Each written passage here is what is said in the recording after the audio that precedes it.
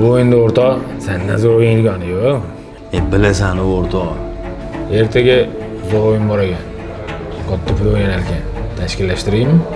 Gaplash, boramiz.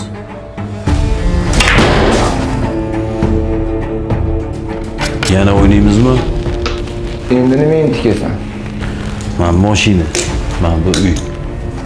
Uyingdan hech narsa olib chiqib ketmaysanmi? Yo'q, erkak bitta gapiradi.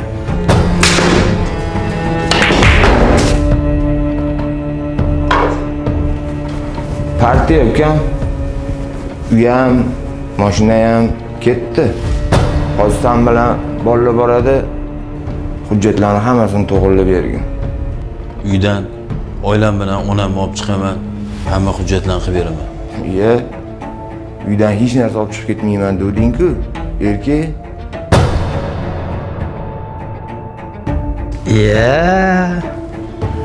Xormasinlar.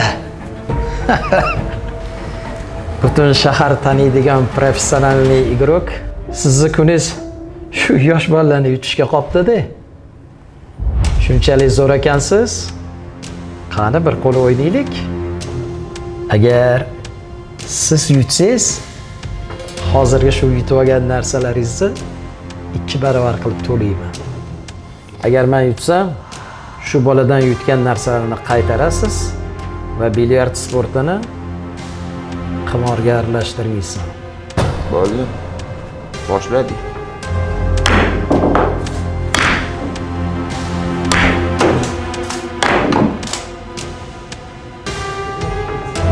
Menga qara. Endi butun umr mendan qarzdorsan. Sal qolganda onang bilan oilangni boy berarding. Qulog'ingga quyib ol. Bilyard o'yini sport. Qimor o'yini emas. Ukam, jiyaning bilyard o'ynayapman deb, bilyardda qimor o'ynab yurgan ekan. Sen butun shaharni taniydigan ukamsan. Iltimos, jiyaningni shu yo'ldan qaytarishga yordam ber. Tushundim. Ertaga senga bitta ish bor. Bo'ldi. Sen ertaga ana igrok o'rtog'ingni bilyardga olib kelgan. Katta o'yin bo'lyapti-da. Tushundim tog'am.